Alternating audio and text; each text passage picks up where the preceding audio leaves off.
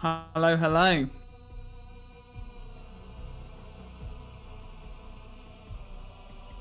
Hello, hello, hello.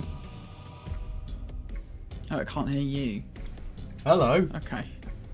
Hello. I'm talking to myself there. I'm so clever. I know how to unmute my mic. Oh, well done. Thanks.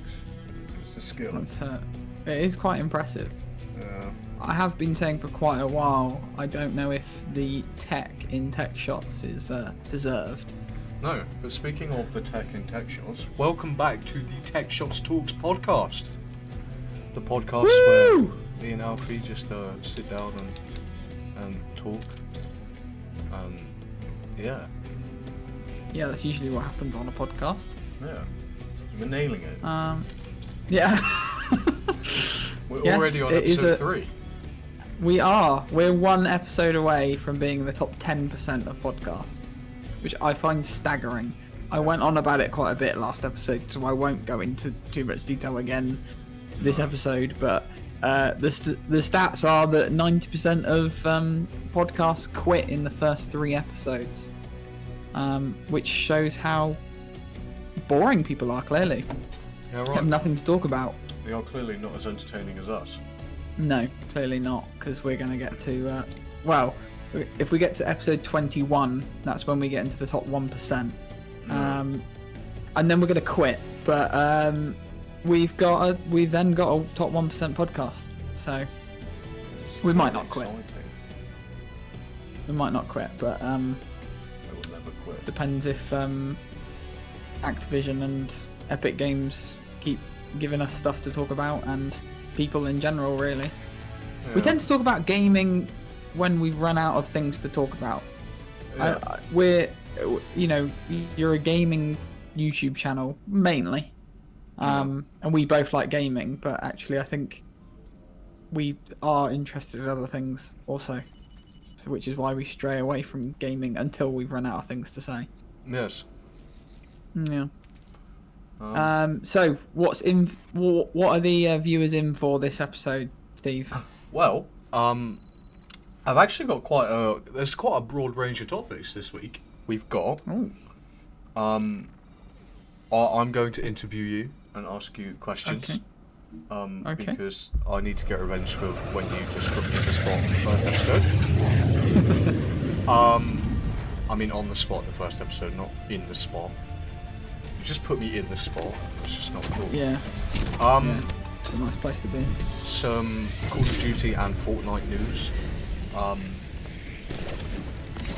What else was there? I did have a list and I've lost it, but yeah. I'm going to take a guess, if I may, that you would like to talk about the latest Stranger Things season. Yes, coming. that was, yes. Another thing I would like to discuss with you is there will be a spoiler warning when I do get into discussing it, but another thing I would like to talk about is obviously the new season of Stranger Things. I know you're not a big fan after they carried it on after the 4th season. Yeah, I mean when we get into that, then I can maybe express my feelings a little bit. But I'm fully aware of the whole Stranger Things lore. I've watched the first 4 seasons, and I really like those 4 seasons. But we can get into it later. And discussing the future of the Tecshotz show. Well, that's quite a lot to discuss. Yeah. We better get cracking. Indeed. We will start with let's start with interviewing you. Obviously, you own a business. Scraps Logistics is your business. What inspired you to start such a venture? Oh, that's a great question. That's a strong start as well.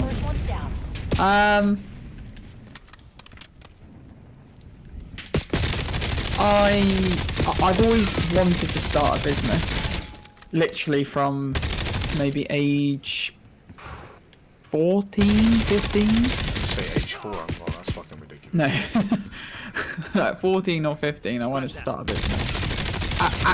having absolutely no idea what that actually entailed, by the way. I was a naive little child.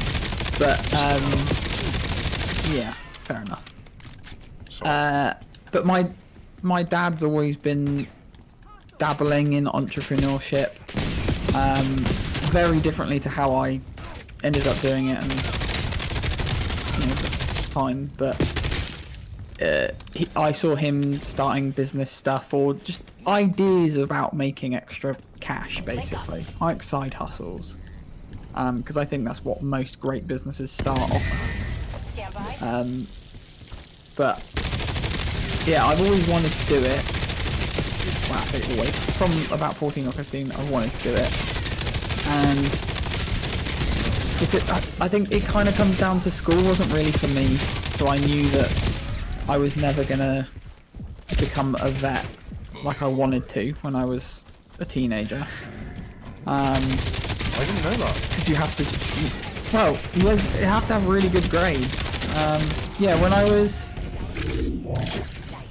What? I think it was maybe about 15, but it was work experience. So yeah, 15 was when I first went to do work experience at a vet, and I knew a couple of vets in the same village that I lived in, and it's really good money, obviously, because you're really well qualified.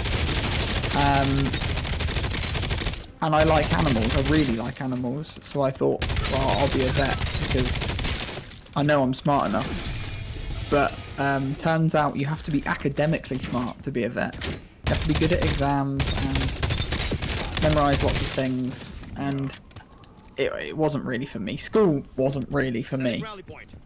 And that's kind of transpired into the working world, where I'm great at the jobs that I've had, but I always think that my manager or the boss or the owner or whatever, I don't think they're an idiot, but I think I'm smarter than them or more capable than them, and I'm able to see solutions that would, either save them loads of money or just ways that they treat their staff or something. And I'm like, I could do that differently, not just in one aspect. If you can do that in just one aspect, you just get really good at that one thing, and you get paid lots of money for doing it. But I can see it in almost like every aspect of business. I could do that. I could do the financing better than you. I can do operations better than you. I could do hiring better than you. And that's where it kind of clicked to me. It was like, I need to have my own business. That's my end goal. When I'm like, by the time I'm like, I don't know, 30 or whatever, I need to be working for myself in a business. And I started my first business was a bit of a spontaneous thing. I'd always sat there knowing that I wanted to do a business, but I just never really got off my arse and did it. And my dad had an idea for a business that was kind of like photography and virtual tours of housing. I don't know if you've ever seen like you like Google Maps, where you can do the street view, where you can see around you. Yeah. It's like that, but inside a house or inside a restaurant or a pub or whatever. Yeah. Some sort of building. We were gonna do that. Purposefully, like, sell it to like estate agents. But some business owners like to have that on their website, so you can kind of get a feel for the place. There's a couple of pubs that have it, like I mentioned earlier. But that was the first business I ever started. It was with my dad. He went off to start an estate agents, which was a terrible idea and didn't work out, but left me with the business. And that business didn't really end up working out because it wasn't really my idea. It wasn't what you wanted to do. It wasn't what I wanted to do. Yeah. But my dad was kind of like the idea and the sales for it, and I was going to make it happen. Yeah. But he ended up leaving, and It didn't work out. It's all fine though. After that, I did a little bit of experimenting with different businesses, doing a lot of learning really, kind of learning different types of businesses, ones that I could set up by myself and try and run by myself. Yeah. Think, you know, your typical like drop shipping and looking into stock trading and stuff like that, which isn't my style. I'm not saying they don't work, but finding a business that works, it is one thing, but finding a business that suits how you work is, you know, 80% of it. If you can find a great business model, but not the right person to run it, it's not going to work. So drop shipping didn't really work out.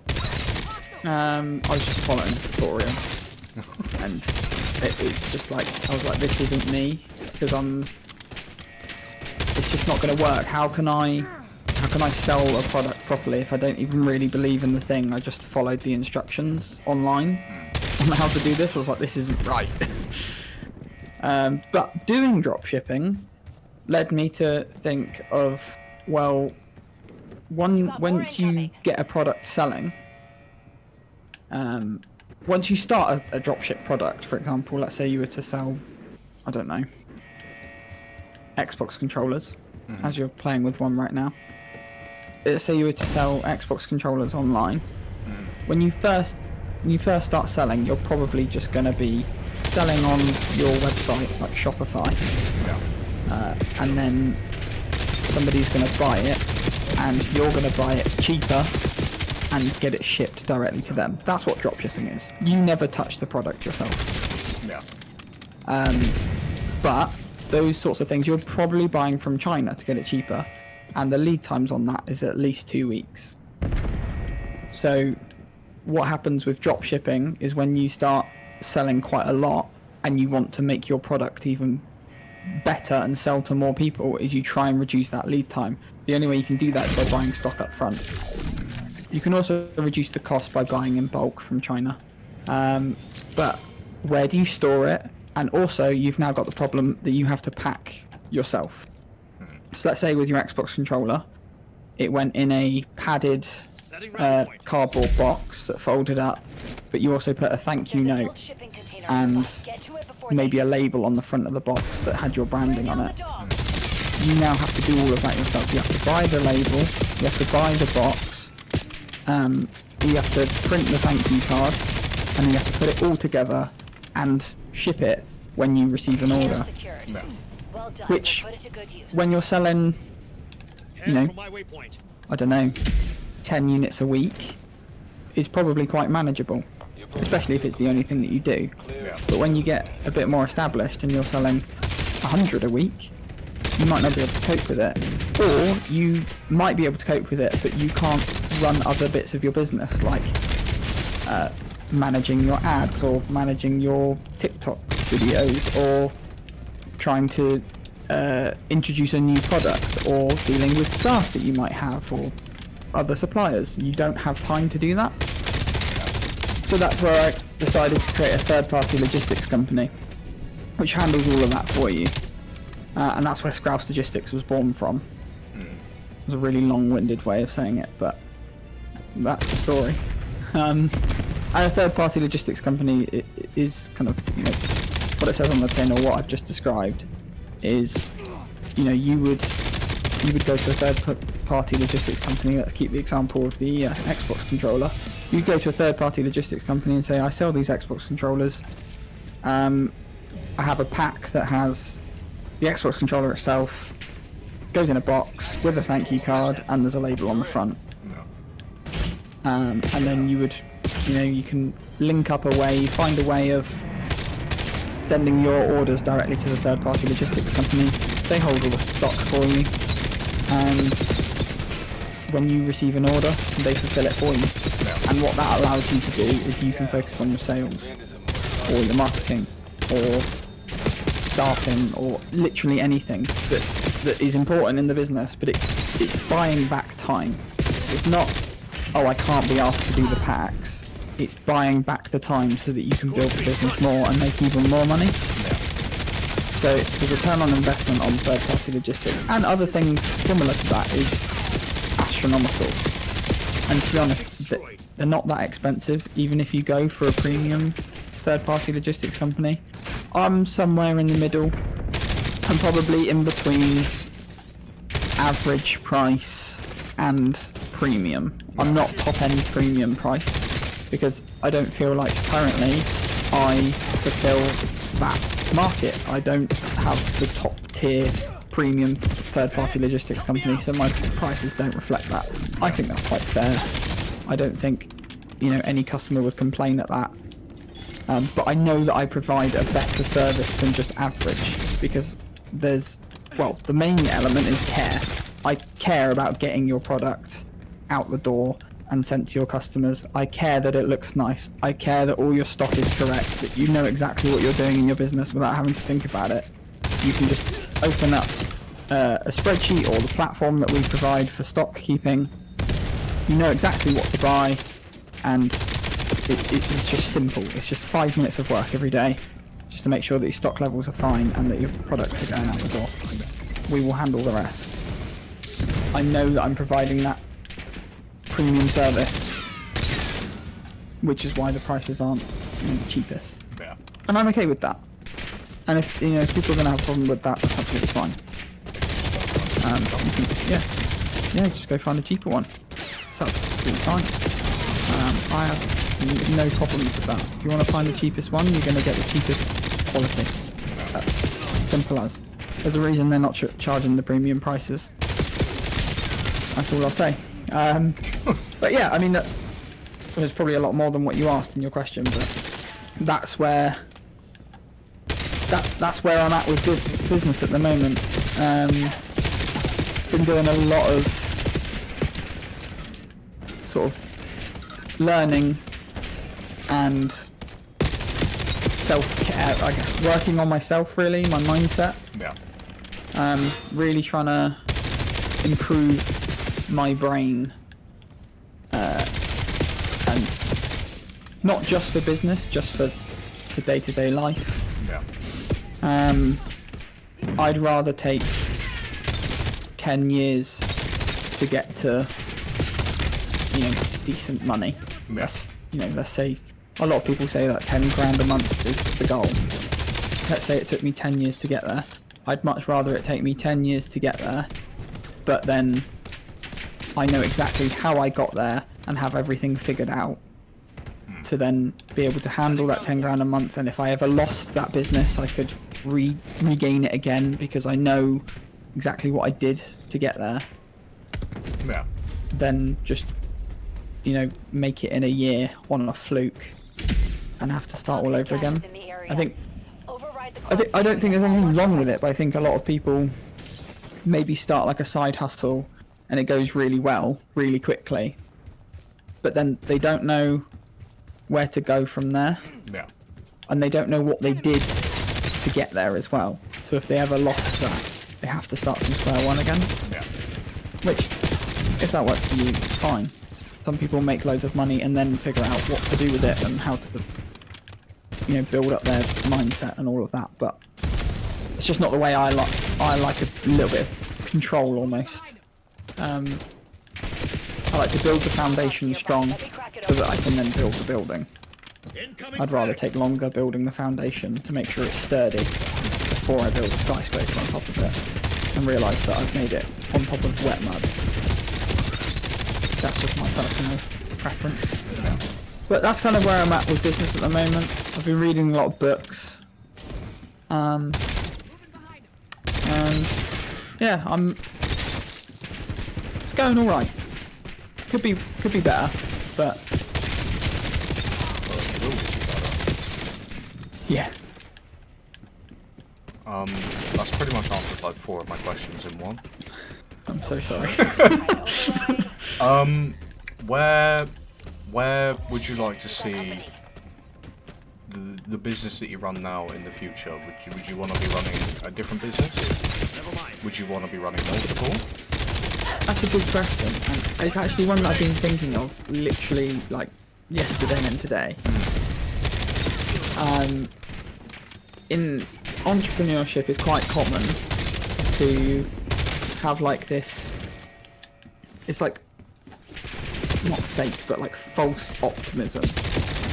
You have the idea for a business, and you start setting it up. You maybe buy your domain. Yeah. You get your logo made. You register your business. You get your bank account set up. You get all excited for it. Yeah. And then a month in, that excitement kind of dies down, and that's where you come into reality, and you get this dip, which is where a lot of people give up. And if you power through that, it does go back up. Yeah. You do kind of it peaks and then it troughs and then it comes back up and kind of like middles out. It's really hard to describe in just words. And I'm at that point. I've been at that point for quite a while because I've had my business over a year. So the excitement phase happened, the dip happened, and I've been sort of like middle ground for quite a while emotionally with the business. Yeah. And recently, I've been thinking about the business, not shutting it down. Definitely not. I do enjoy it. And it is something I'm good at. Supply chain is something that in my previous job I was working towards. Trying to be a supply chain manager. In my eyes, I was in a bad company and they didn't want to actually reward me for any of the work that I did. But as far as I was concerned, I was learning as much as I could about supply chain and I was doing as much as I could to be a supply chain manager. Yeah. That's what I enjoy. I enjoy logistics, I enjoy inventory management, and I enjoy procurement. They're the three sort of pillars of supply chain. The main three, if you ask anybody. Might be useful. I enjoy all of them. I enjoy the spreadsheets involved in all of them. I enjoy the talking to people in all of them. I've never thought about my current business, Scouse Logistics, and gone, maybe I should just can it in. But I have thought if there are ways that I can maybe modify the business to be, maybe suit how I am currently a bit more. No. Because when I started the business because my dad, funnily enough, in one of his companies that he hasn't shut down, he's had for many years, is a medical products company. Yeah. He sells a medical product to one of the biggest private hospital groups in the country. And he was my first customer. And I set this up for him. Mm-hmm. So I set up this company to fulfill his product because he was complaining to me about his 3PL that he was using at the time. Yeah. And I said, I can do that better than them, a million miles over. And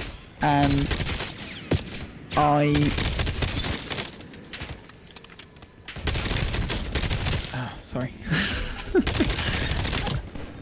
I set this up for him so that I could fulfill the product for him, and I knew it was a need for other people, so I knew I wasn't creating a business solely for my dad's company. No. But I've been thinking recently, the past couple of days, is like what I should have done is I should have really looked at what I'm good at and what I like and built a business around that. I kind of did. I'm not far off the mark because I like all the supply chain stuff, but it's kind of occurred to me the past couple of days is like there's lots of different things that I also like that surround that. I like talking to people. My current job today is more of a sales role. I like talking to people. I like the sales element that I'm learning because I'm not used to it. Yeah. But I like helping people is my main thing. Is I really like problems and I like helping people with their problems. It's one of the reasons that I can talk for fucking hours when somebody's got a problem. Like if you if you gave me a moral dilemma, which you tend to do about once a month, I can talk for hours about that moral dilemma, and I can give you every possible solution for that moral dilemma, and the pros and cons of each one. And I do that unprompted, without you asking. Just because it's something I like to do. And I've been thinking recently, like, could I do that with Scrouse Logistics? Like, could I do a consultancy type thing? And my first thought with consultancy was, well, I might get a bit of like an imposter syndrome. I might feel like I shouldn't be advising people how to set up their supply chains and how to run their supply chains when, you know, I'm 23 years old and I've only been doing it for a couple of years. But I kind of come to realise you don't need to know the most about one subject to help somebody. You just need to know more than the person that you're helping. Yeah. So it's an avenue that I could go down, one that I've been thinking about literally like 24 hours. Of could I help people maybe who have just started in their creating their supply chain. Yeah. Maybe people who have just started in dropshipping, and I say, just for a small fee, let me look at what you've got set up and let me see if I can help you. If not, no money will change hands and it's no dramas. It would be, you know, 30 minutes of my day. Yeah. And at the very least I would have made a connection for if they ever did need fulfillment or they ever needed help, I could maybe, I have that connection with them already. Yeah. Or, you know, I could just go create a completely different company. I don't think I will. But I need to meditate, I guess. I need to think about what I like. I like work and I like helping people and I like talking to people, but it doesn't necessarily just translate into a business. I don't think I can really start a business just talking to people. Well, I mean, there's a podcast here, but I don't really know at the moment. I like my business currently, but I might need to adjust over the next couple of weeks to maybe realign myself a bit. Yeah. I don't know. I've been doing some thinking and listening to some audiobooks and podcasts on it. I've been doing a lot of thinking and meditating at the moment. It's good. I like it, actually. I think I always got confused with meditating because I thought it would be like, have you seen like the ads for the like meditation apps? It's always very like structured, of like you need to sit down in this room and listen to this annoying person's voice, and it has to be for an exact amount of time each time, and we're going to go for a completely 100% guided meditation, and it just pisses me off because there's always somebody that's really irritating down the other side of the microphone. But like, I've just, my version of meditation is literally just sitting in a quiet room with a notepad and pen, and I just write stuff, even if it's irrelevant. Well, I don't even have to write, sometimes just think, and I don't care if that's not the actual definition of meditation, but that's what I like to do. Or I like to, my brain flows quite well after a hard workout, so after the gym I'll just sit in my car like a weirdo with a notepad and pen and just write stuff down. Yeah, most people tend to go home and shower, but not you. No, I like to sit in my car like a sweaty bitch and write novels to myself because I'm normal like that. But yeah, I think I kind of answered your question there of have I been thinking about my business and is it something that I want to do long term? The answer is yes. I don't want to stop my business, and long term I want to have a big warehouse with loads of customers and loads of employees and have a nice swanky CEO office and look after my staff and have a nice, a positive reinforcement workplace, a great place to work, and just I love warehouses, man. I think they're so cool. I go into like Screwfix or Argos, and all I do is try and look in the back at their warehouse stuff. I just like, it's just neat, and it's something weird that only people who have worked in warehouses get. Of like, it's just satisfying seeing a rack with stock on it that's all neat. Just there's something about it. I don't know. I'm a weirdo. Call me a weirdo because I probably am, but I definitely think it's still, the spark is still there to keep the business. Yeah. It just might need to expand or adjust willingly to be something that I'm really passionate about all the time. Yeah. Because I like what I do, but when I'm actually making the packs to send to customers, I fucking hate it. Because it's boring. There's a reason people outsource it. It's not fun. And yeah, that would go away once I had a massive business and I could pay people to do it for me.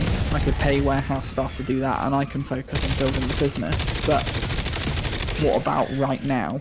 No. It's like I love the fact that product is going out the door to customers and I'm providing the quality, but do I actually love assembling the packs? No. And anyone who says they do is a fucking liar or a freak. So I just wonder if there's... You know, on the bright side, you can listen to the Tecshotz Talk podcast or the assembly packs. Yeah, I can do that, and I do tend to listen to something. I convince myself that like watching YouTube or a movie while I'm doing it helps me, but it just makes me unbelievably slow. But if I listen to something, I'm a lot quicker. Yeah. Than if I just listen. If I'm in silence, I'm sort of like middle ground. But if I listen to like a podcast, I'm pretty quick. Yeah, that kind of answers your question, I think. My final question is, obviously your company is a sponsor of this channel. Yeah. Would you like to explain to the people at home what exactly that entails / means / does? Because obviously, you know, we've covered the fact that your business is a stock fulfillment business. You know, you make sure that things get to where they're going. Blah blah blah blah blah. Well, not blah blah blah, but I mean, dumbing it down. That's essentially, you know, what occurs. Yeah. It's not really dumbing it down. Yeah, that's pretty much it. So yeah, just talk a little bit about how your company assists our channel in day-to-day production, or more like weekly. Yeah, so my company is a proud sponsor of the Tecshotz channel. I think the main reason that we are sponsored, not obviously, you know, we're friends, but that's not a legitimate reason to sponsor a small creator as much as, you know, I wanted to. I think the main reason is you're a small content creator and you really want to make it work. You're willing to put in the effort. I know you as you're very original and creative.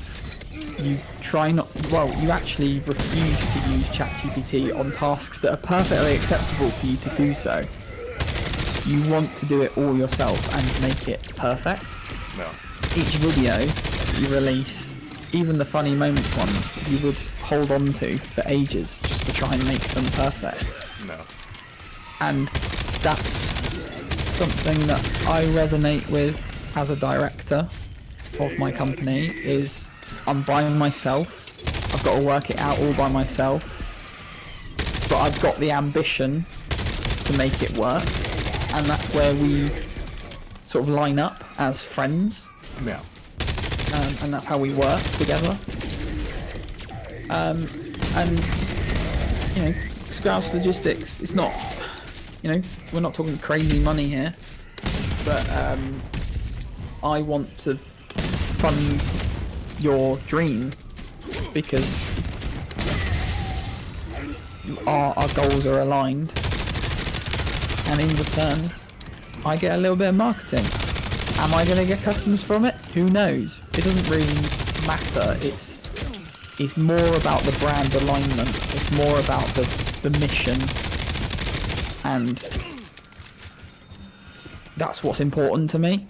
Yeah. It's not really like, am I going to make loads of money from sponsoring the Tecshotz channel? No idea. Couldn't tell you.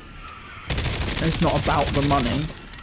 It's about the fact that I'm sponsoring a small content creator that has the same brand alignment as me, and that helps my customers see my brand. If that makes sense. Yeah. I'm seen as it helps customers see how I feel about my company and my brand and me. That I just want to help and make things better. Yeah. And if I can do that by sponsoring your channel, great. And if customers can see that, that's the goal, obviously, of sponsoring. It's not just to do it for fun. It is, you know, to try and gain customers or to reinforce trust with current customers. That's sort of my goal. Isn't for it to be lead generation, but for it to be a reinforcement. Yeah. For current and future customers to see. It's like, oh, this company that I currently work with sponsors a small YouTube channel, and because they see that the brand is aligned, they're ambitious and want to rise together. That's the goal of sponsoring the channel. There's a guild command center nearby. That's it, really. Clear That's it out and kill the commander. It's nothing nefarious, HMRC. Please don't fuck me over. The HMRC are always after you. Yeah, they really don't like businesses. Well, it's Labour that doesn't like businesses, but I won't get into that. No, we aren't. That is dangerous territory. People are getting arrested for tweets these days, so I'm literally going to say nothing. I've probably already said too much. Yeah, just mentioning their name, we've already been flagged by like 7 different companies. Yeah. Yep. Get the views up though. Yeah, that's it. Yeah. No. Cool. Yeah, I mean that's. Well, I don't know if you had any more questions for me. Well, I mean, you answered 4 of them in one, so yeah. that negated those ones. Sorry. But that was, yeah. I feel like you covered it pretty well. Like you. Good. I just poured my heart out on the internet for you, so yeah. I'm glad you feel that way. Obviously, we were supposed to be interviewing Gabe. Unfortunately, his girlfriend's brother has to have a birthday. What a selfish prick. So he won't be available until next episode. But we will interview Gabe. I will make it my life's mission. But while we're on the subject of the channel, obviously I touched briefly on the overall future of the Tecshotz show. Mm-hmm. As in the live action series that we've been developing. Yeah. Currently, it is on the ropes. There are several different avenues that can be taken. But as of now, season 1 is to be confirmed. There are multiple different reasons. There are personal reasons and just like logistics. It's more of a logistics thing, which is quite ironic because we were just talking about me running a logistics company, but a different type of logistics. Yeah. It is more about resource and time and distance. I selfishly moved a little bit away from Steve, so it's a bit harder for me to get to him. Not, it's only an hour, but it used to be 15 minutes, so that's... Sorry. No. But it's not just me. I'm not the reason. I'm actually one of the more available ones, surprisingly. I don't really know how I managed to be more of the available ones running a business and being an hour away from you, but I am. John, we're looking at you, by the way. Piece of shit. But yeah, I mean, the Tecshotz show is a bit like me with my business at the moment. You have the passion for it and you want to do it, but you just need to think about it and work some stuff out. Really, I don't, if that's fair to say. Yeah. So as of now, confirmed episodes are the first 2 parts of the Alfie Paradox, and episode 3,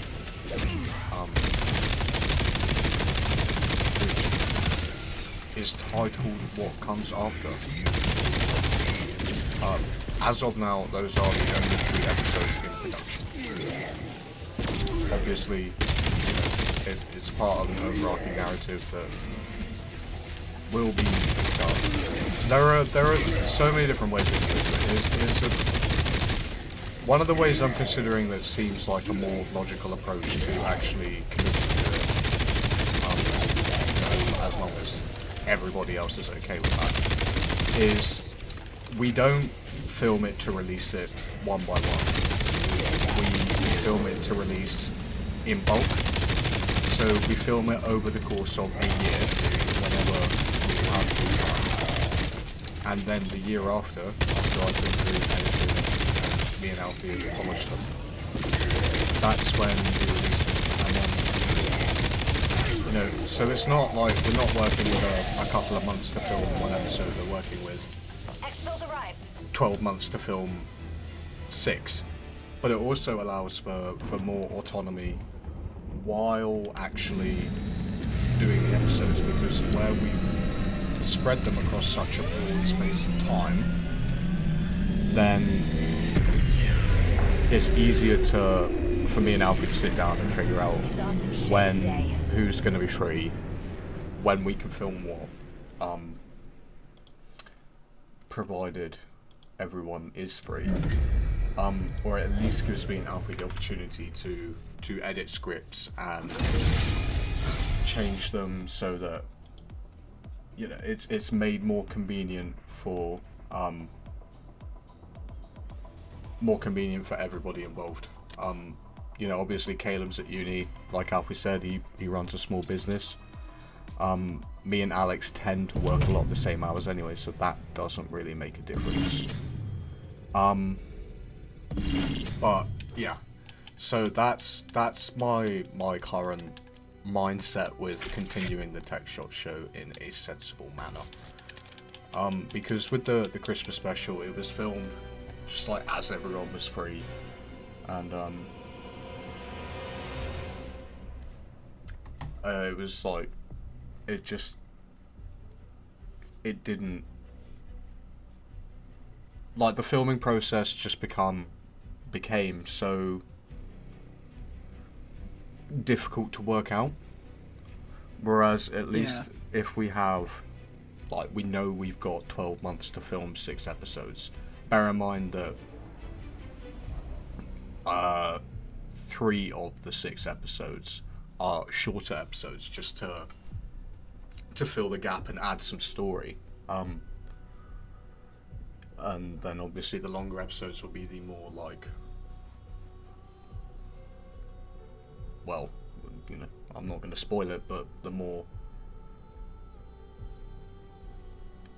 action heavy, a lot more work will go into the bigger episodes than the smaller episodes, special effects wise, and all the rest of it. But would you agree that that is a sensible way to assess the situation going forward? Yeah, I mean, making a movie's hard.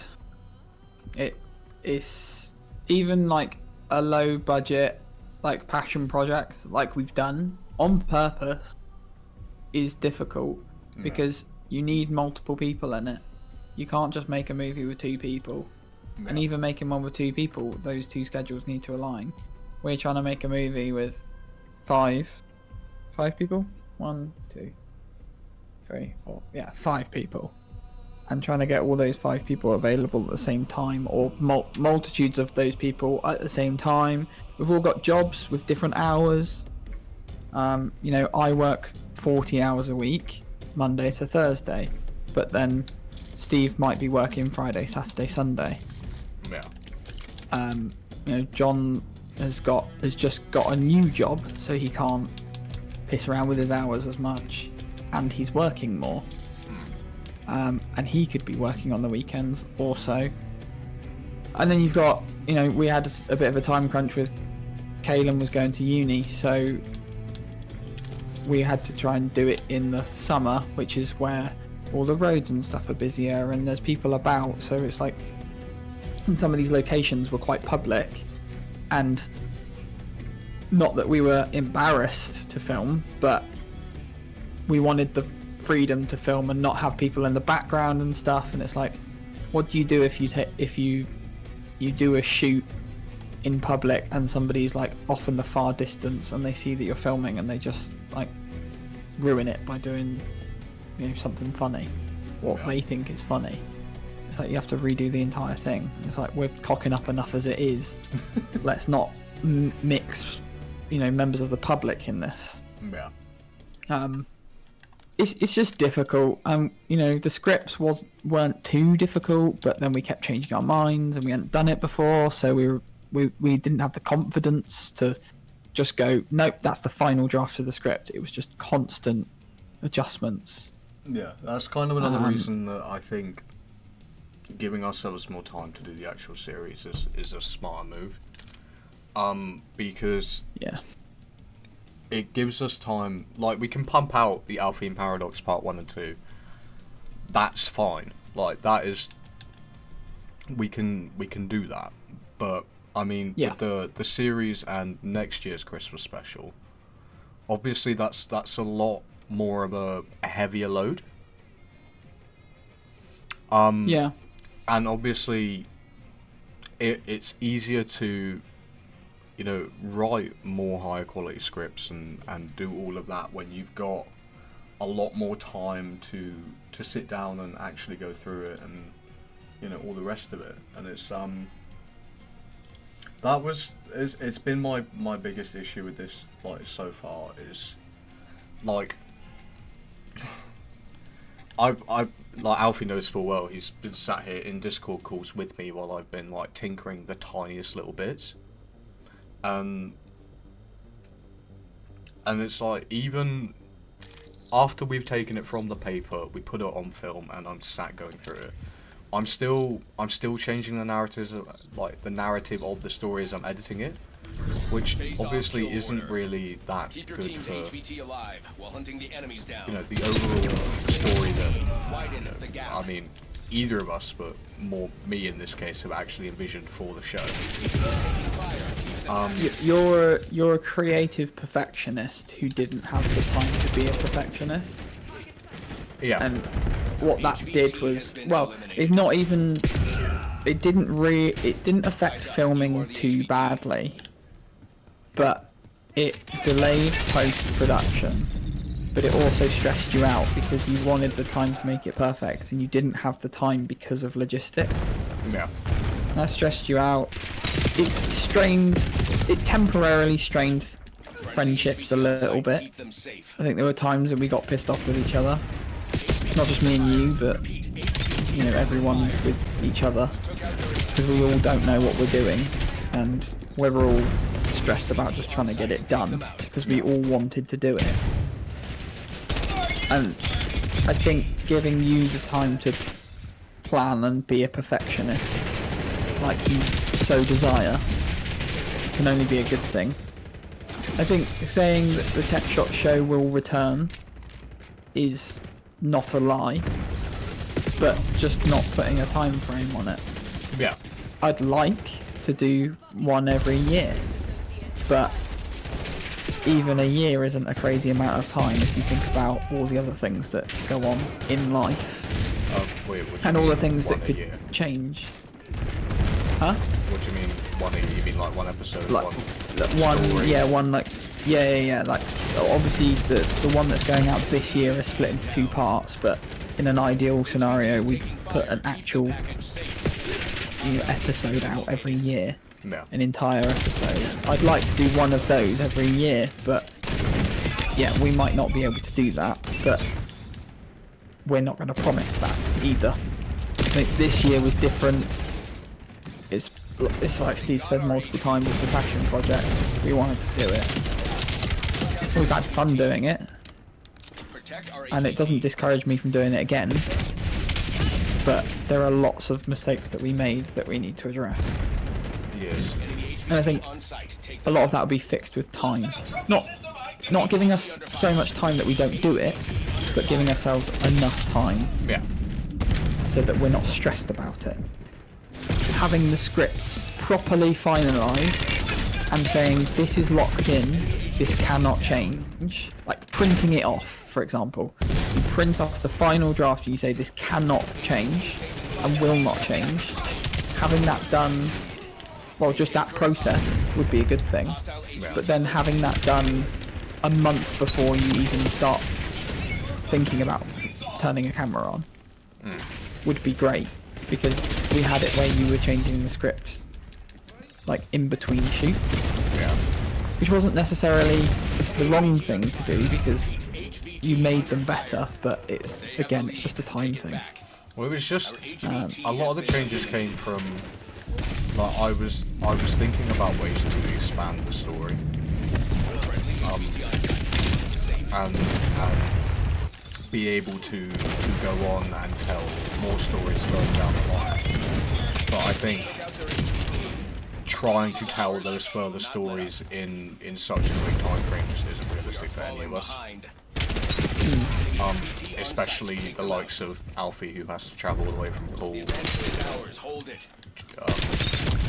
mean, not so much John and Alex, because they live in the same town as me, but Caleb, who goes to uni in Coventry, so we only have access to him in particular weekends throughout the year or during holidays. And then obviously, like Alfie said, we all have jobs and actual lives outside of this stupid series that we're making on YouTube. So it's like, it's more logical to cover less ground with more time than more ground with less time even. It allows us to craft a more detailed and intricate story. It means that the editing, the effects, everything can be a lot better because I've got 12 months to work on them as opposed to, you know, a couple of months while writing scripts and doing all the rest of it. So I think the process will be me and Alfie and Shannon, if she has any more bright ideas to add like she did for part 2. But mainly just me and Alfie.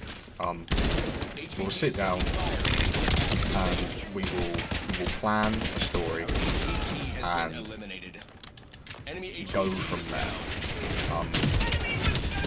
And then once the scripts have been finalised, we've covered everything we want to cover pre-production wise.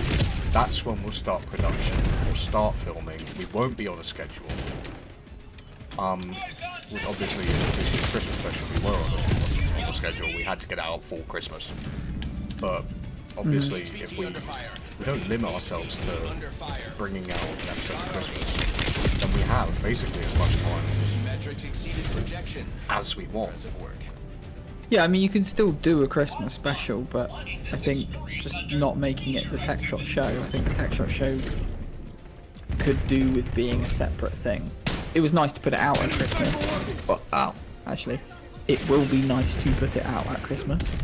Not out yet, and it's not Christmas yet. But,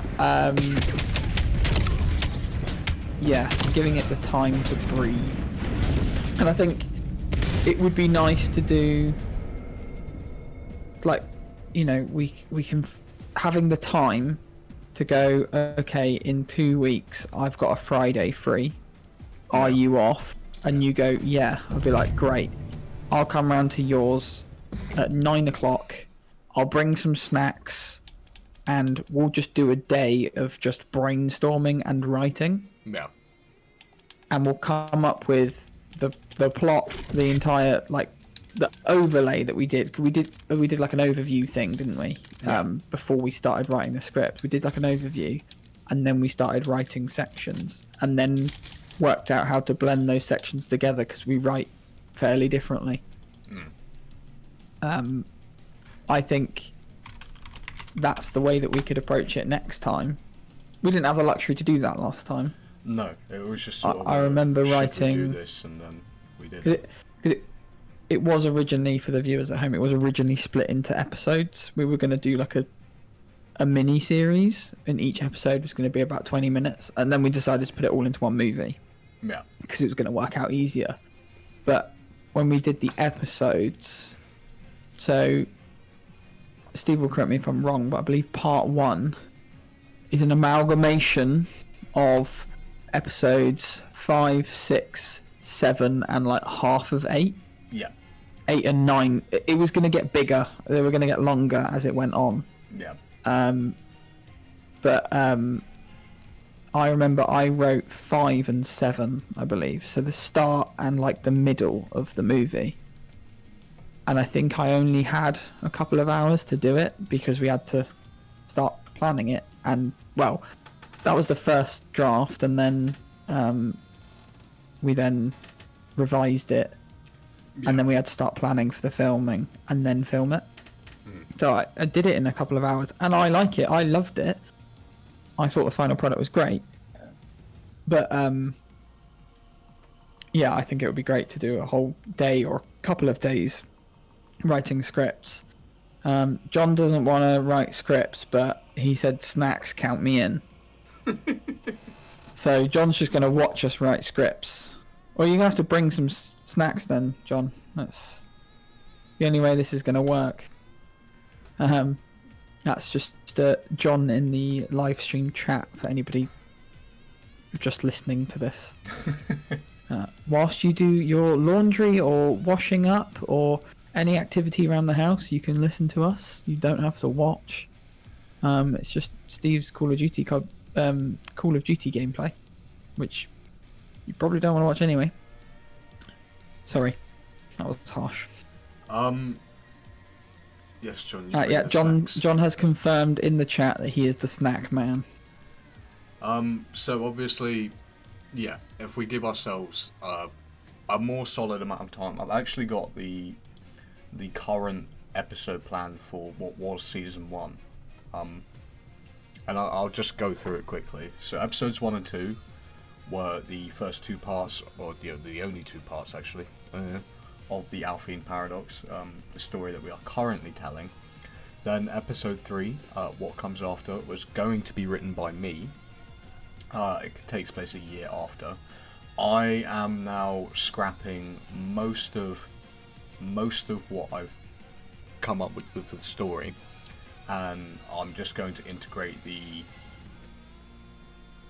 repercussions into the next film. Episode 4, Grief, which is written by Alfie, or would have been. That was an accidental Russian accent. Will have been. Would have been written by Alfie for the motherland. And the timeline on this one was a bit iffy. But again, I'm scrapping most of this, and we'll just integrate like the main key points into the next film. Episode 5 is where I'm gonna pick up with the next film. It's called The Discovery and the Journey.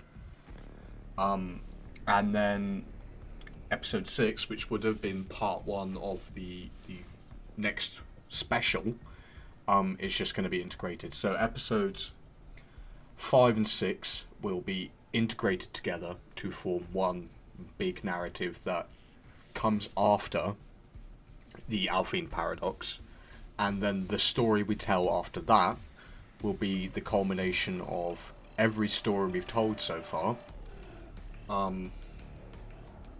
with a little bow tied on it, but with room for more storytelling in the future. So basically, what I've got planned out in my head now, which I've only just come up with this over the last couple of days since me and Alfie had a discussion about it earlier in the week. But the plan I've got in my head is to release parts 1 and 2 of the Alfie paradox. That will be, essentially movie 1. Just split into 2 parts.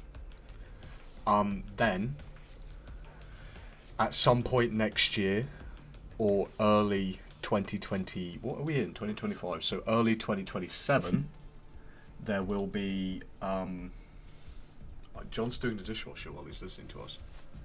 Yeah. Whilst I mentioned that you could do the dishwasher whilst listening to us. Yeah.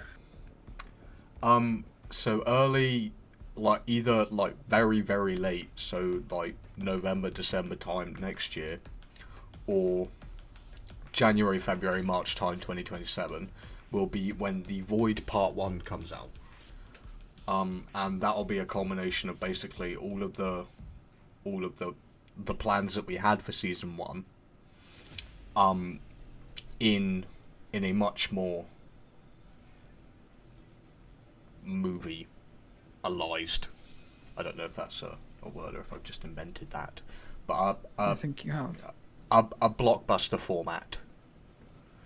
And then following that will be the Void Part 2, which will be a culmination of, mysteries and events that have been building up throughout the last 3 episodes. And will not be an end, but a lantern. It will hang a lantern on it. We'll finish the Void Part 2 in a satisfying and, No,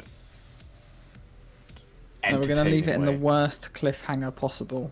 Yeah, I mean... And then not tell you if we're going to make another one. There will be, obviously, mysteries that we will keep to ourselves once we've come up with them. Once I've explained Alfie properly my overall plan after this podcast. But essentially, that's how it'll be formatted. So you've got parts 1 and 2 of the Alfie paradox. Better. I'm not doing this when I'm 50. I don't know. You might be, John. It might take us that long. So it'll be parts 1 and 2 of the Alfie paradox, and then parts 1 and 2 of the Void. And then what comes after that, currently, no idea. But it'll be 2027 by the time we're done with all of this. So,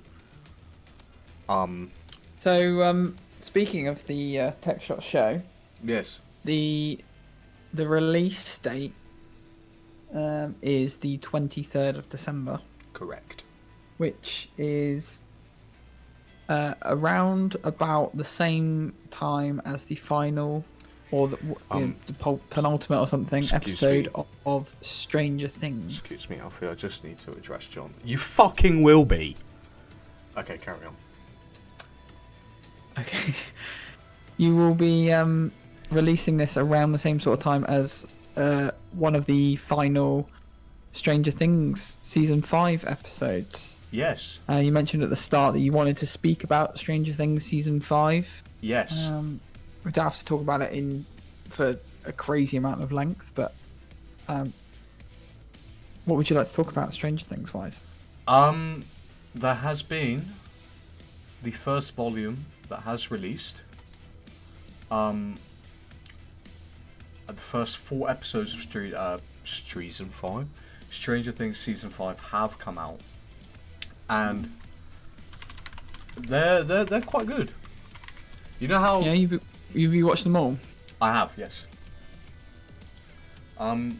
You know how like every series of Stranger Fives has been like a slow burning mystery. Can I speak English today? Stranger Fives. Stranger Things season 5 has been like a slow burning mystery and blah blah blah blah blah. Yeah. It's kind of like that, but by episode 4 we've got some pretty cool surprises. John, have you seen it? Sorry, I've just seen he's commented. So fucking good, S5. I don't know if he's seen it or whatnot.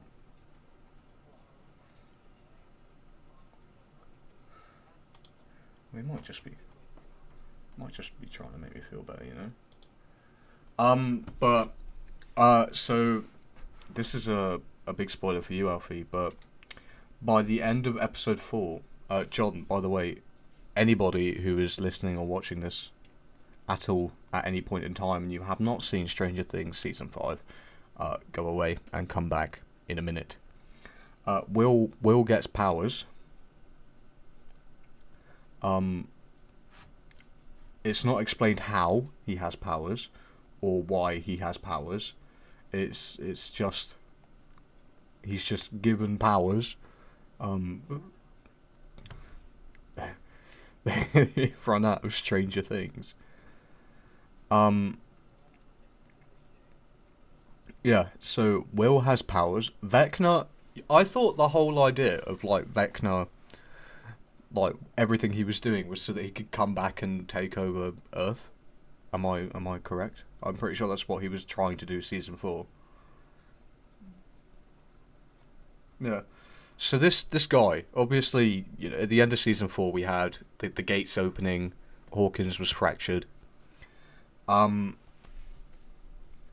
So this guy at the end of episode 4, he there's a gate in the Hawkins library, where all of the gates met. This guy comes through the gate, throws some people around, and then fucking goes back to the Upside Down.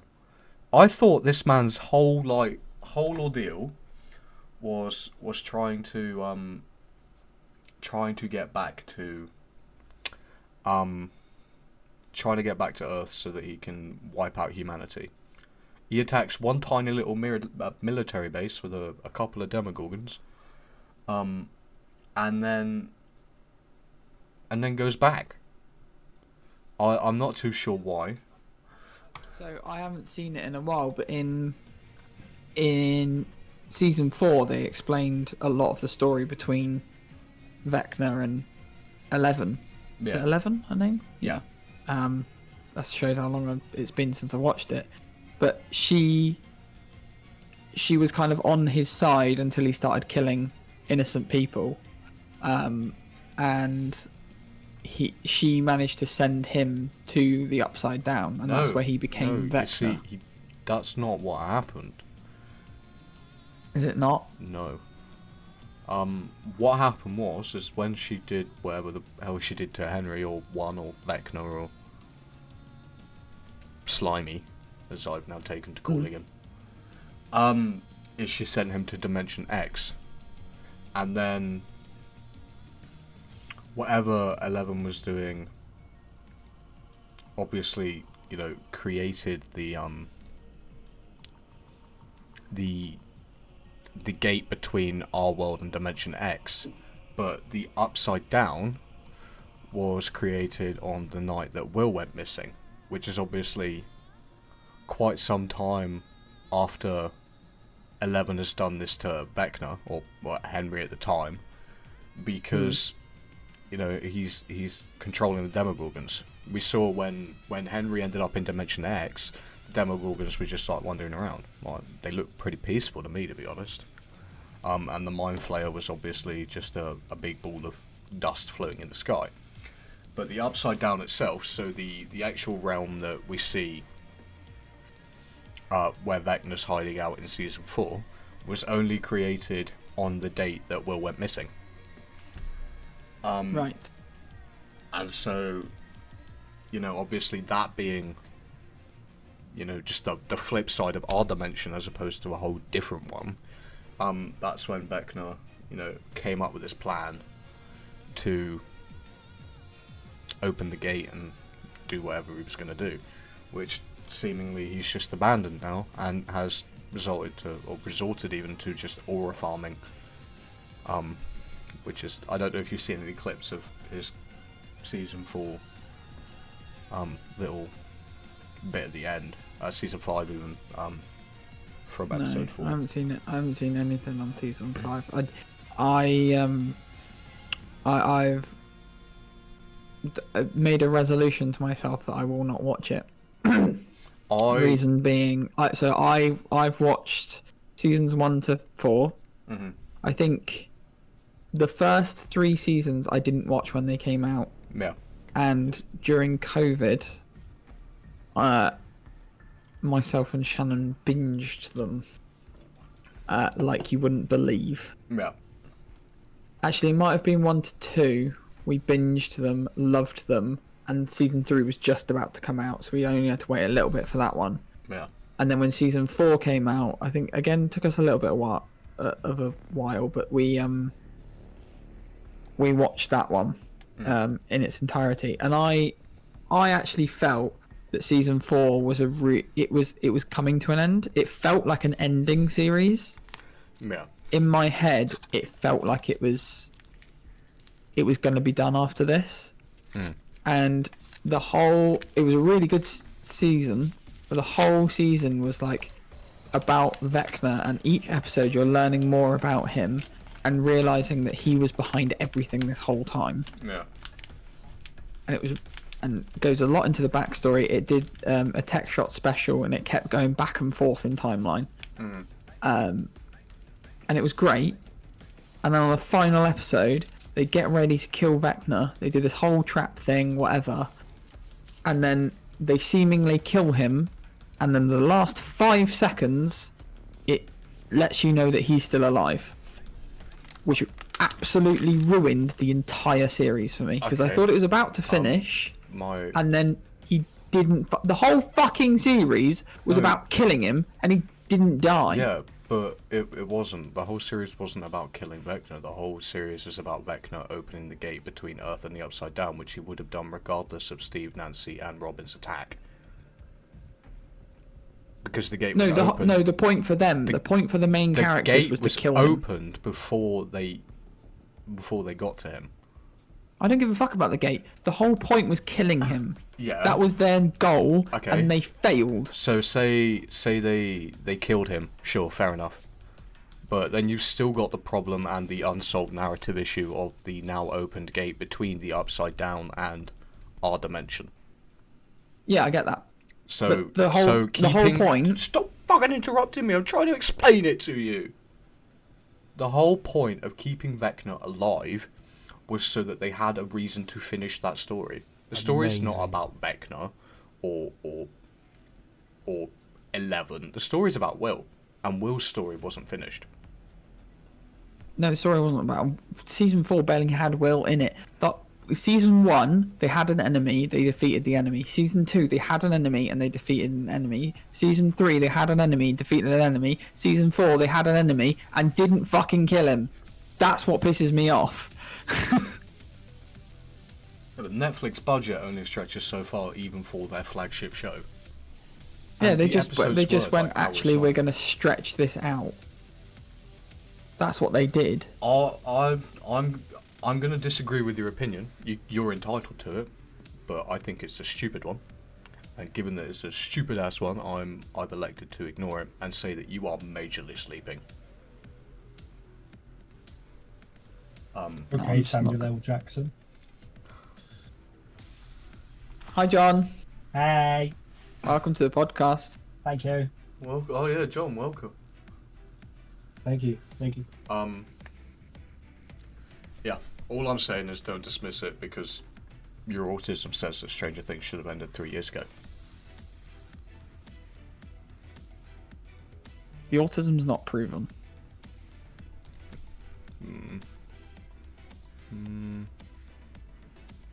Hey, you want to do a podcast episode where we test my autism? Go for it. Oh. You can diagnose me on stream. We'd be sat here for hours. Well, we're sat here for hours anyway. Are you a therapist? I am not. Don't diagnose me. Don't put your diagnoses on me. Are you a therapist? We'll get Shannon to diagnose you because we know you won't argue with her. Oh, I will. Yeah, but you'll be wrong. Because that's how it Okay. works. You can't be right against Shannon. Shannon's always right. Exactly. Females are always right. No, some of them are wrong. Oh. And that right there is a man who does not have a woman. Called out. Sorry, John, where's your girlfriend? I don't need one, mate. Why do I need Okay, one? He's got his right hand. Exactly. Oh. So yeah, I think that pretty much covers Stranger Things. Yeah, I think it does. What else do we have to cover? I mean, you've put Call of Duty and Fortnite in our agenda. I don't know if there's much to talk about in those subjects. The new Fortnite season has started. It Thank has. goodness. The John, Simpsons one was shit. John, as a I Fortnite hated player, every second talk of us it. through your Fortnite thoughts. I've played one game. In about a month and a half. Did you win? I got 4th. Oh, okay. And I was like, dude. Mid. Have you played the new season? I'm guessing not. One game. Oh, that was the game you played. I've actually played one game of the new season. Oh, how was it? I won. Well done. Yeah, it's all right actually. It's this is like the most we just had the most boring conversation about Fortnite. Then I'll try and talk more about it. Yeah, it's all right. They I care more about OG, but I think more and more players are playing OG. Although actually, at the moment, when they release this new season, they've got OG, Battle Stage, and all of the rest of them. Basically, not the main Fortnite, were down for 10 days. I think they've actually lifted that now. I could be chatting shit, but I'm pretty sure they've lifted that now. Big cock up from Epic Games. I don't even know what they did, but on the release of their new season, only one of their many game modes was available to play. I don't really know what they did, but it was quite impressive, the cock up level. That's like Activision But yeah, the level new cock season's up. all right. It's you know, it is what it is. It's what they normally do in a new season is they introduce a couple of new guns and items, and then massively increase the spawn rate of those guns and items so that everybody has a chance to play with them. What actually happens is an absolute bumfuck with everybody running around with the latest gold weapon. So it's to be avoided the first couple of days, I'll be honest, until they drop the spawn rate. Or they end up nerfing something that they say they tested and they definitely didn't test. Amazing. Yeah, that's kind of all I've got on Fortnite really, for now. Anybody else got any thoughts on Fortnite? They're bringing a gloopy schlong. A gulag, sorry. Supposedly. Apparently it's going to take the format of a rock, paper, scissors game. I'm not sure how that works. We will have to wait and see. But yeah, any rock paper scissors veterans out there, you can win a game of rock paper scissors and get your chance to be thrown back into the game, much like the Gulag in Warzone works, which is interesting. I'm personally, as someone who plays COD, I'm interested to see how a Gulag mechanic does in a game like Fortnite. Where obviously the player base is a lot more casual than the sweats that dominate any form of Call of Duty lobby. You do say that, but there are some hardcore sweats out in Fortnite. Yeah, but Fortnite has got such a big player base. But yeah, I think with the larger player base, you've got a wider variety of different types of players. And I think, actually, I know you hate skill-based matchmaking, but I think skill-based matchmaking in Fortnite works partly because of the large player base. I think everyone's trying to be a sweat. We're not going to go on a full-blown rant about it again, but I think matchmaking like that works in battle royale games like Fortnite, Warzone, and PUBG and all of that. But not in the context that Activision likes to. I think there's better data available. It's easier to predict or gauge the skill level of a player in something like a battle royale. Yeah. How many wins they've got, how many damage they've got, what sort of movement are they doing? Whereas like Call of Duty's harder. Yeah. And will vary based on the map. Whereas Fortnite's always the same map. It's always the same places. Usually the same guns. Like it's a lot easier for the skill-based matchmaking to do that data analysis and determine your skill. Yes. But yeah, it'll be interesting to see how the Gulag works. Segueing into the Call of Duty Season 1 news, as well as some Call of Duty film news.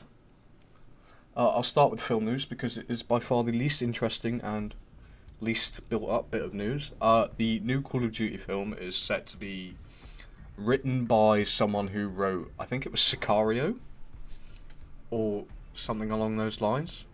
And I think the director is the same person who directed that film as well. What's interesting about that is a lot of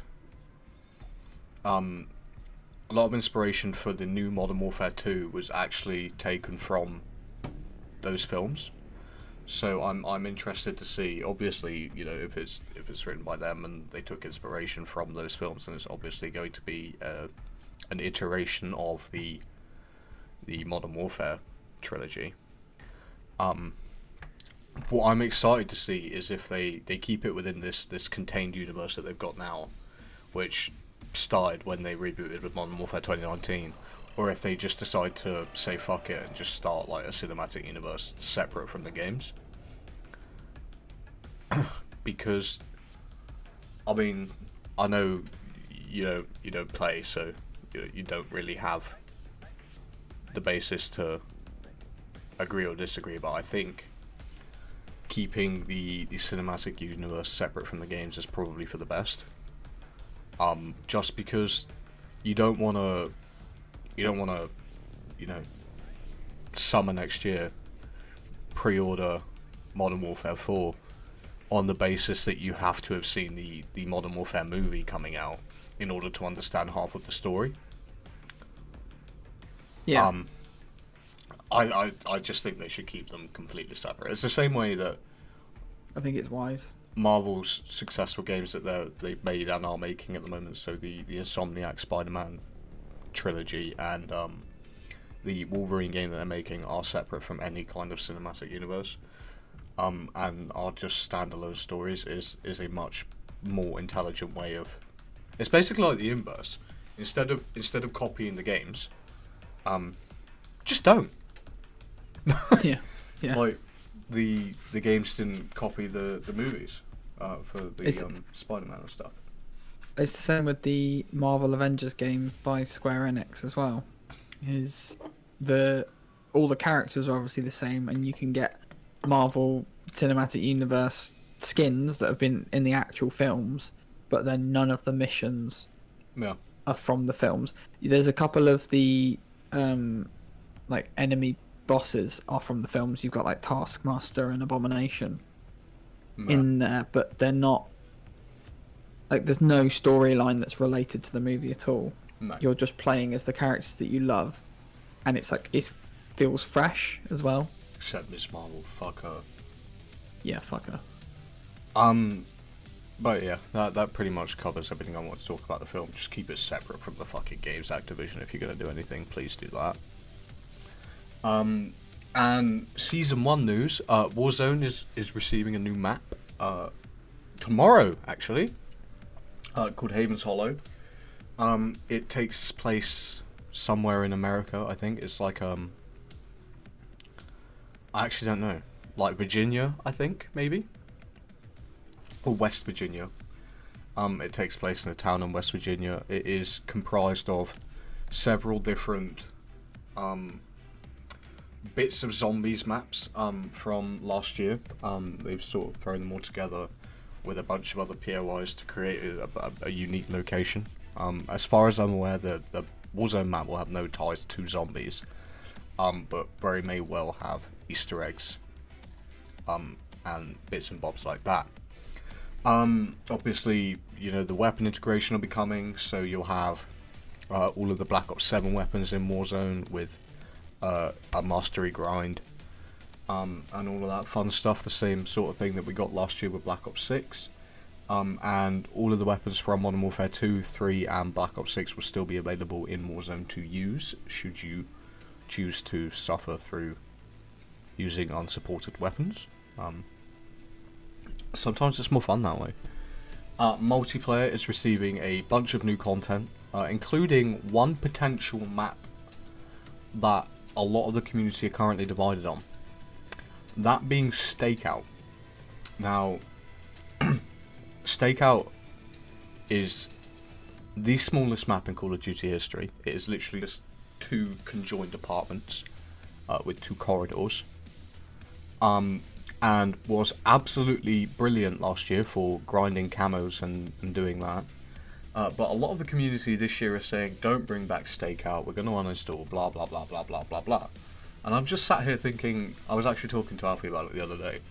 If people are complaining about these small maps being added to a particular, like, they're not in the regular 6v6 rotations for TDM, Domination, Hardpoint, anything like that.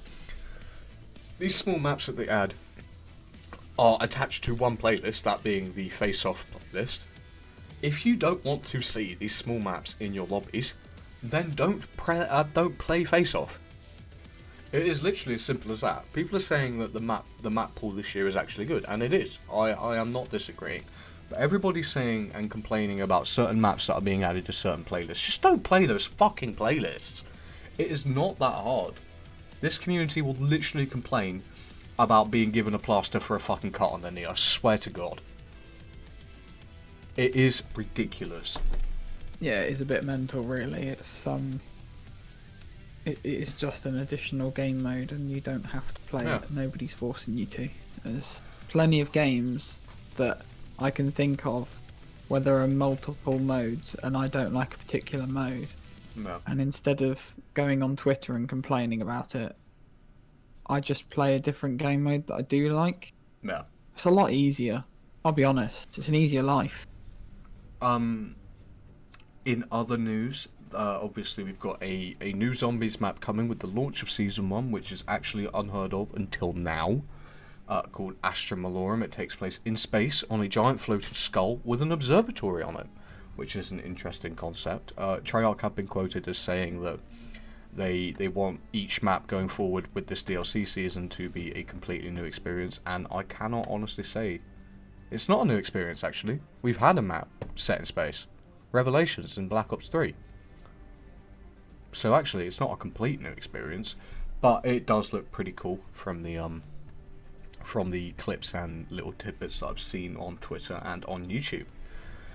We've got several new weapons coming with Season 1. The Maddox RFB from Black Ops 4 makes its return. The fan favourite ballistic knife makes a return, this time not in the special weapon category, it's in the dedicated melee slot, which is interesting because I think the last time we had any form of projectile melees was Infinite Warfare with an axe that you could throw.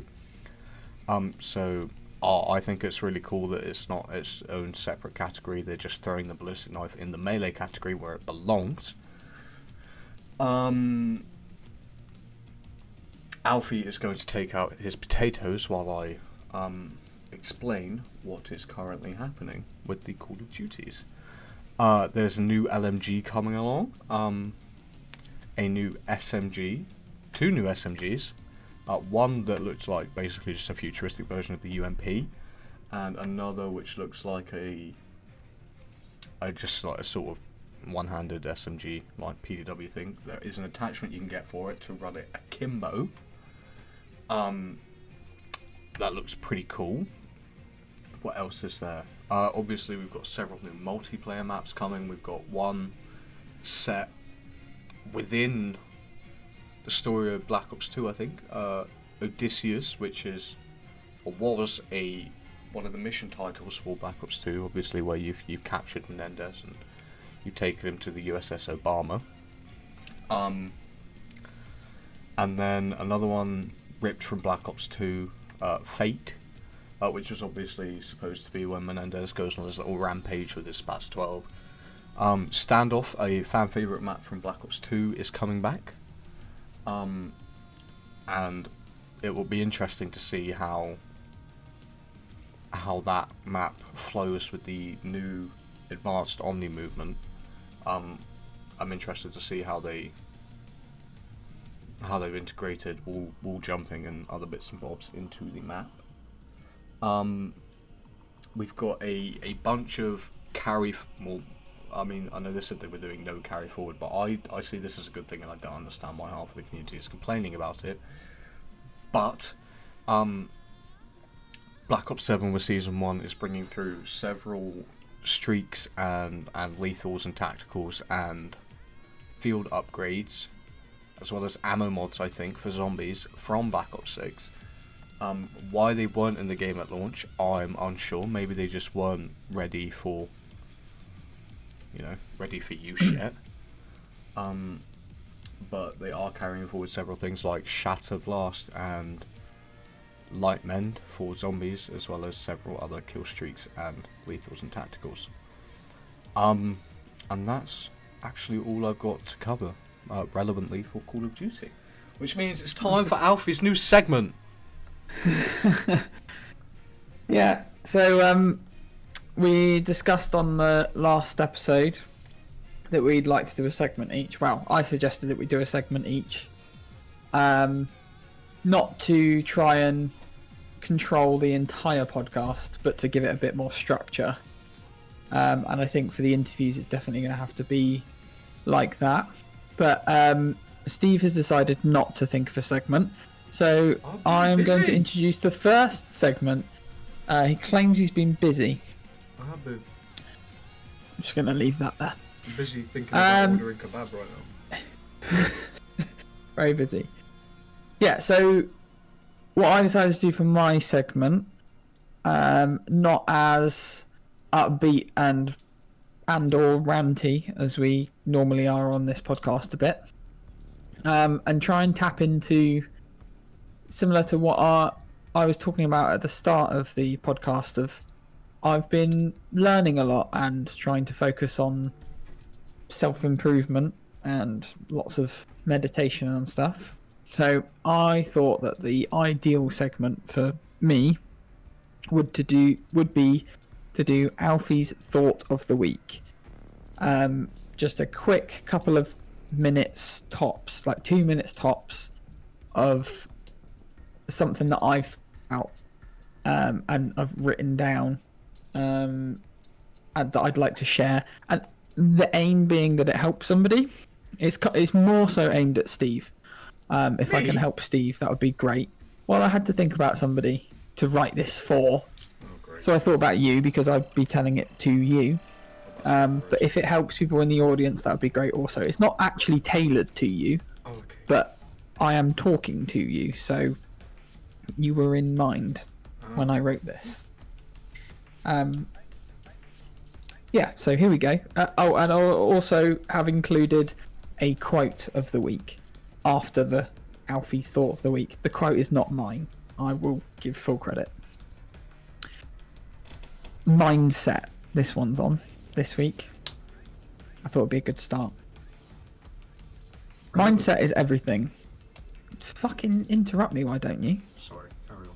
What did you say? I said that is very relevant. Okay, good. Right, now shut up. Mindset is everything. It's the only thing that sets you apart from other people. Mindset is a word for someone's frame of mind. A frame is something that holds or contains another thing. By analysing the sentence frame of mind, it soon becomes apparent that it really means the container for your thoughts. That is why mindset is everything. Because a toxic container holding clean water will soon make the water undrinkable. Now my quote for the week. You can have more than you've got because you can become more than you are. And that's by Jim Ron. Very profound. That's my thought of the week and quote of the week. It's very short. Next week's is a little bit longer. You've already thought one for next week? Yeah. What the fuck? To be fair, I think of these things all the time. I'm just actually writing it down into a format that can be read. I've written down topics. You want to hear the topics? Yeah. Okay. Hang on, let me find the right page. I say that and then I don't have the right page written down. Or to hand, even. So next week's is already written and it's on childlike curiosity. And then in no particular order, all the other topics I've got: purpose, people pleasing, self-belief, time, work, obsession, risk, stop eating shit. That means metaphorically. Push yourself, ego, let people go, and imperfection. So there's a theme with these.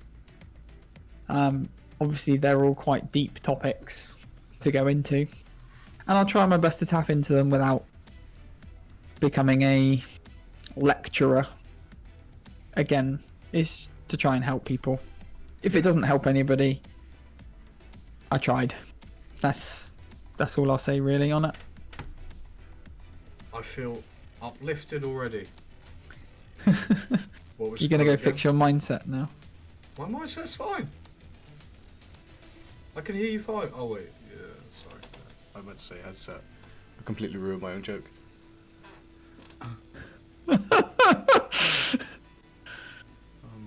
Oh, didn't you have another segment? It was something like news articles or something. Oh, I was gonna do that at the start. I completely forgot. Yeah, I was gonna prepare 3 news article titles, and one of them was gonna be real. You'd have to guess which one was real, and then I would then tell you the crazy story. It was supposed to be like silly at the start of the pod, and I completely forgot, and I haven't got 3 prepared. So, thanks for bringing up that trauma. So someone else was unprepared even with one of their segments. Well, I got 1 segment, which is what we agreed. Yeah, no, my segment this week was the update about the Tecshotz show. Yeah, Okay. sorry, just Alright. just remembered. I actually did come Yeah. up with one like 2 Fair seconds enough. ago. Well done. You absolutely nailed it. Thank you. And I did it very well. Fuck the Well done. Cornish. Oh. You did well. Yeah. You have not just banned me. What? Is that a wild Dylan? And with that, episode 3 of the Tecshotz podcast has come to an end. Yeah. I hope you guys have enjoyed doing your dishes. and your laundry and your dishwashing, which is dishes again, so good job me. Yeah, is there anything they can expect to hear us talk about next week, Alfred? Well, we'll have Gabe hopefully. Hopefully. Provided he hasn't forgotten about us again and decided he's going to go to his girlfriend's brother's birthday. That would be nice. Yes. So Thanks for listening. Yeah. The link to our Discord is in the description, as well as the link to the donation page. Any donations that are made, and they are not required. Erin, I'm looking at you, who keeps filling up our stream chat in the Discord with stupid messages. There are plenty of other channels that you can put your messages into, or just don't message. That's fine too.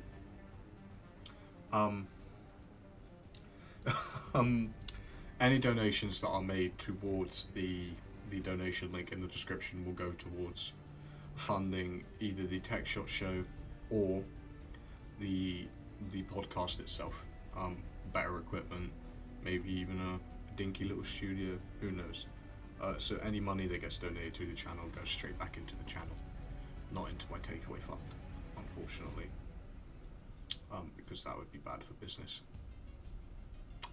And obviously there is no pressure to donate if you do not have the funds.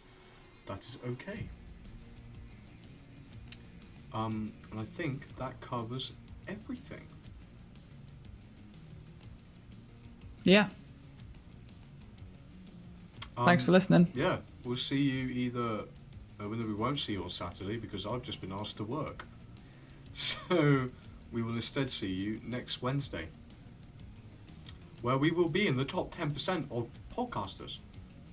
Just allow that to settle in, Alfie. In 7 days, we're going to be in the top 10% or something. I'm already there mentally. Is that an autism joke, or just like you're already prepared to be in the top 10% of podcasters? Yeah, I'm already prepared. I'm in the top 10% of autistic people. Don't clip that out of context. Alright, and that's where we'll end it. Remember to leave a like on this so other people can see it and listen to it. Comment your favourite part. And tune in on Wednesday what's the date next Wednesday? No idea. 10th. Wednesday the 10th, there we go. Yeah. Tune in on Wednesday the 10th of December for episode 4 of our podcast. Until then, goodbye.